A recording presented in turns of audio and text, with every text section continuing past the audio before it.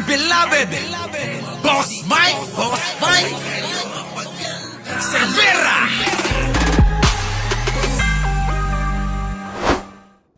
Na consistent si Senator Marcoleta. Ito Tignan yung maigi mga kababayan yung mukha ni Marcoleta dito ha. Binanatan ni Ping Lacson mga kababayan ko. Binanatan. Matindi ang banat Jane Wanson. Oo, Solidad Kunanan. Levy, John Planting, ano. Ha? Matindi ito. Oh, ha? Hinjins, oh, Gerardo, oh, Trillanes na lang. Oh, kung Trillanes lang, putak. Ayos sana yan, ano. Oh, pakinggan natin tong banat mga kababayan ha. Pameme si ano rito si Marcoleta. kung mayroong isang bagay na consistent si Senator Marcoleta, ito ay ang pagiging inconsistent sa kanyang mga pinagsasasabi.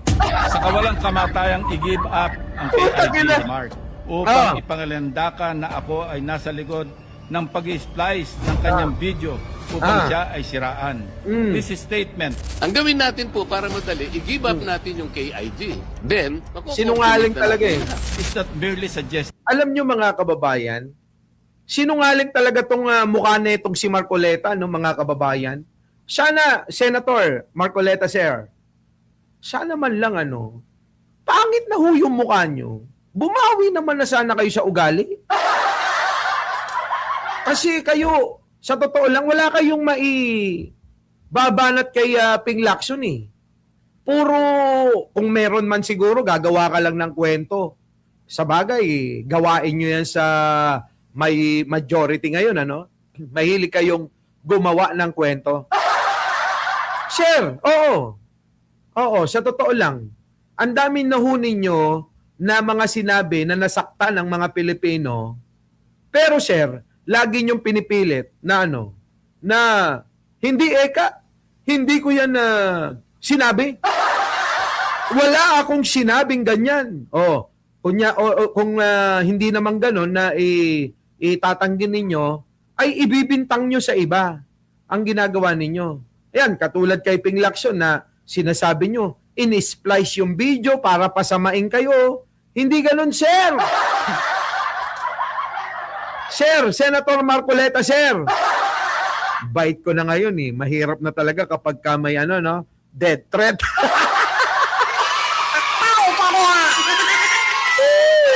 Di ba? Mahirap talaga pag may death threat. Sir? Sir, Senator, sir. Lenny Cruz. Oy, shoutout sa inyo. Marilyn Dineros. Sa lahat ng mga bago dyan, Eric Sure. Share! Share! Di ba nung nagkandido, Puta. Share, pwede po ba share? Huwag ko kayong gayaan. Kaya kayo nakakagalitan at nababash ng mga, di ba, gladiator, ng mga vlogger Kasi kayo, kung hindi kayo tatanggi, ipipilit nyo na hindi nyo sinabi, ibibintang nyo sa iba, yung totoo namang sinabi nyo Oo, wag gayong. Sir, pangit na ho kayo Pangit! Sana naman bawiin na sa ugali, sir. Oo. Tulad ho niyan kayo pala nasasangkot din sa 500 million daw. Di umano na flood control insertion ninyo. Sa flood control scam, di ba? 500 million insertion para sa flood control, mga kababayan. Ngayon mga kababayan tinatanggi lahat Wala nang tumama lahat, lagi siyang tama. Alam niyo yun, July, Ellen Navarro, Sancho Boribor, si Marcoleta, ito ho yung perpektong hulma. Utang ina, mga kababayan, perpektong hulma. Yan po si Marcoleta. Never po nagkakamali. Lagi pong tama yan. Di ba? Ni minsan, Noel Gluna, Lolita Salazar, Jeff Rox, Culots, BNB Joby, Jackie Ventura, never nagkamali. Grabe, no? Laging gusto niya, tama lagi. Ano rito si Marcoleta, eh. O, eto na ngayon. Puntahan natin to, ha? Steve, Mr. President, ito ay kasing kintab ng bumbunan na nasinagan ng tirik sa araw sa tanghalin tapat. Sa Ay, grabe, mga kababayan talaga geto. Shipping Laction, eh, parang si Risa Ontiveros din, ano? Sabi, singliwanag pa ho ng bunbunan. Kulang na lang sabihin, singliwanag na ho ng bumbunan ni Marcoleta pag tinanggal yung piloka.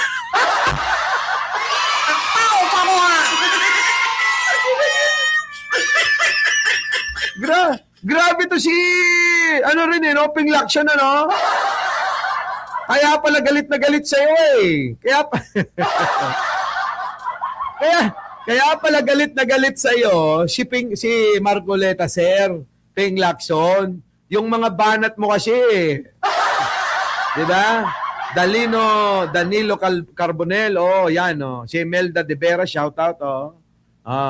Jan Camagyaling, oh. Sino pa? Oh, Imelda, oh, shout out po sa inyo. Tingnan niyo mga kababayan, oh. ito ay kasing kintab ng bumbunan na nasinagan ng tirik na araw sa tanghalin tapat. Tayo na mga kababayan, wasak na wasak si Marcoleta rito. Di ba? O, sige tuloy. Tirahin mo. Sapat na ang kanyang hindi matapos-tapos na paliwanag na kesyo hypothetical daw, kesyo joke lang daw, at kalaunan, ay gusto pa niya amyendahan o i-correct ang journal ng Committee on National Defense of the Commission on Appointments. Kita nyo, ang dami palang gustong baguhin ni Marcoleta, no? Galing-galingan, mga kababayan, kapal ng bumbunan.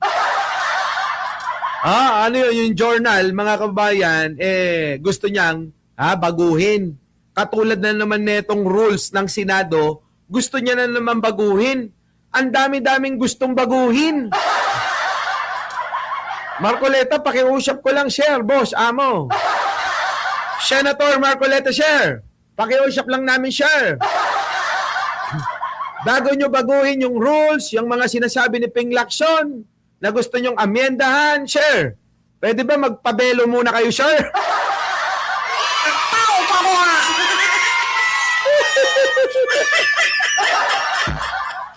Di ba na?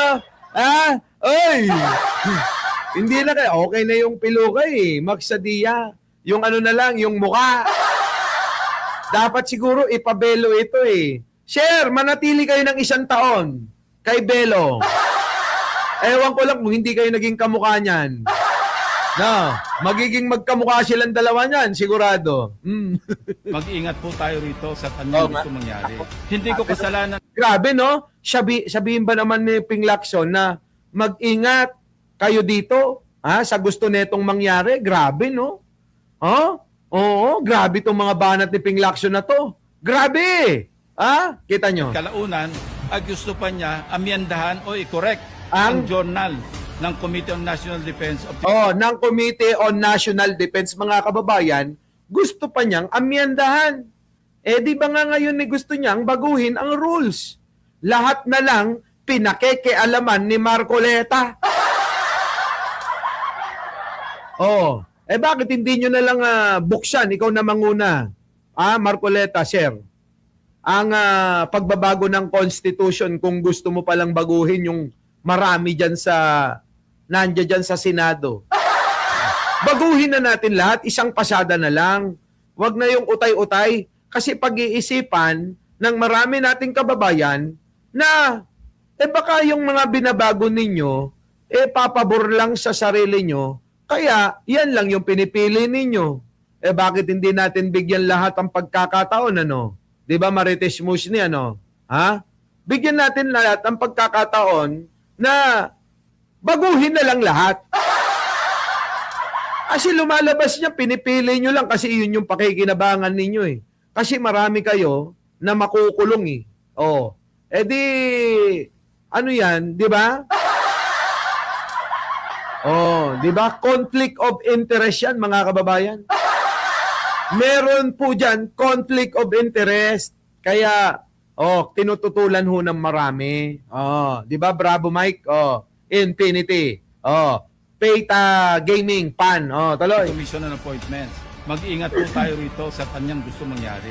Hindi ko kasalanan ng mga salitang nagmula sa sarili niyang bibig. May tawag Kita nga nyo? dito ang mga Gen Z. Oh, kita nyo? Oh, The Observer. Nako, oh, manawagan tayo na mag-resign na si St. Peter Alan Bayuntano. Yan, sabi ng Observer. Grabe no mga kababayan ito. Oy, thank you The Observer ha. Makakakain na ako. Tuloy. Sabi rito ni Ping Lacson oh. Mga salitang nagmula sa sarili niyang bibig. Oh, tingnan niyo mga kababayan, tameme oh. Tameme si Marcoleta no. Hindi ka makaporma no. Kasi wala naman siyang maibabanat kay Ping Lacson. Siguro fake news. Wala akong maititira eh. Sino ang mga kababayan? Ha? Sino ang ang maibabanat niya? Kanino? Kay Ping Lacson. Wala mga kababayan. Tawag nga dito ang mga Gen Z. Ha? Classic case of gaslighting. Katutak na ang mga pahayag ni Senator Marcoleta Oo nga. na napakalinaw na hindi pumapabor sa ating pambansang interes. Sangkatutak na rin ang mga nagbigay ng kanilang mga negatibong Kita reaksyon. niya? O, kita nyo? O, siyang katutak na rin ang nagbigay ng kanilang naratibong reaksyon. Kasama na tayo doon.